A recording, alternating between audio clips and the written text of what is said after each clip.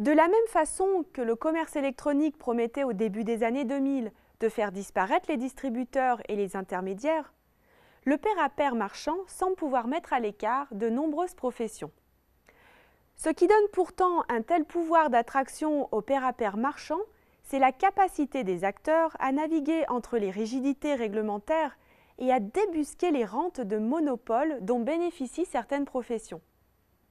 On peut néanmoins supposer que la consommation collaborative pourrait connaître un cycle du hype. Celui-ci est une description de la diffusion d'innovations forgée par le cabinet Gartner pour décrire les effets de mode qui naissent à l'apparition de technologies nouvelles. Il a été largement utilisé après l'éclatement de la bulle Internet entre 2001 et 2004.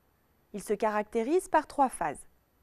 Une première de démarrage et de succès, bien que les produits soient chers et pas encore au point. Mais ces premiers succès incitent les acteurs à exagérer leur anticipation de croissance et à financer de façon excessive les innovations. Puis vient un moment où les financiers se rendent compte que leur anticipation était bien trop optimiste, car les produits et services nouveaux ne remplissent pas toutes leurs promesses. La perte d'illusion est aussi rapide que la montée d'optimisme et conduit à un pessimisme excessif.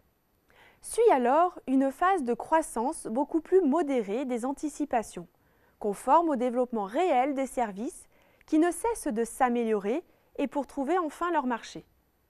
Aussi, pour savoir si le pair-à-pair marchand a des chances de durer à long terme, même sur un rythme moins soutenu, il faut s'interroger sur ses leviers de succès. Les plateformes de pair-à-pair marchand doivent s'appuyer sur plusieurs éléments. Les ressources, c'est ce qui est le plus habituel et le plus facile à mobiliser pour une plateforme quand elles sont utilisées, qu'elles soient matérielles ou personnelles.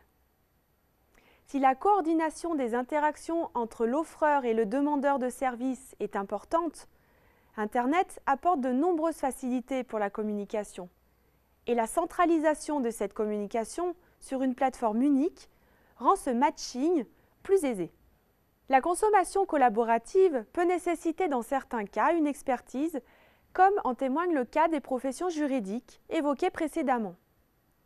Aujourd'hui, la multitude ou les algorithmes numériques peuvent s'approcher de cette expertise gagnée par l'apprentissage et la pratique, mais ils ne peuvent pas la remplacer partout. Enfin, l'expertise est souvent reconnue par la régulation qui fait des experts une profession protégée. Sauf à transgresser les règles, la multitude ou les robots ne peuvent s'y substituer, mais elles peuvent les faire évoluer. Revenons sur les succès de nos licornes. Dans le cas du transport, il exige une forte coordination en temps et en lieu, ce qui rend le recours à Internet particulièrement avantageux. Cette coordination est tellement ardue dans le transport en ville qu'il faut une main-d'œuvre dédiée pour offrir ce service. Car il est difficile de trouver quelqu'un qui fait le même trajet en ville que soi quand on en a besoin.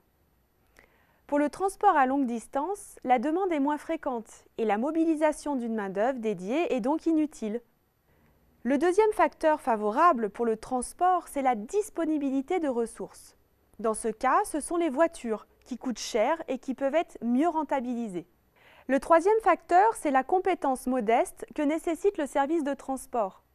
Tout le monde sait conduire et avec le GPS, la connaissance d'itinéraire est beaucoup moins nécessaire. Pour ces raisons, le transport est un très bon domaine de développement de la consommation collaborative. Dans le cas de l'hébergement, les leviers sur lesquels la consommation collaborative peut s'appuyer sont encore plus aisés à mobiliser. Il y a beaucoup de résidences secondaires dans des lieux propices au voyage touristique ou des logements inoccupés temporairement par des personnes en déplacement. Airbnb affirme détenir en portefeuille 1,5 million de chambres. Louer ou échanger son appartement ou une chambre requiert peu de compétences et d'expertise. Tout le monde peut le faire s'il dispose du patrimoine nécessaire. Et la foule des touristes peut chercher à occuper ces logements, dont certains sont très bien situés. De plus, propriétaires et locataires peuvent se rencontrer et créer un lien social. Les chambres d'hôtes fonctionnent sur ce principe.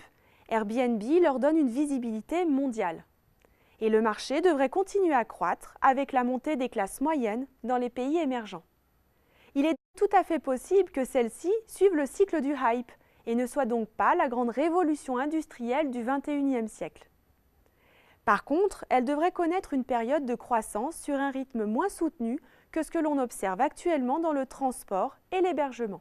Mais si les conditions sont réunies, ressources sous-exploitées, besoin de coordination, compétences réduites, alors un succès de long terme sera au rendez-vous. Pour bien comprendre cela, il faut maintenant se pencher sur les effets de réseau.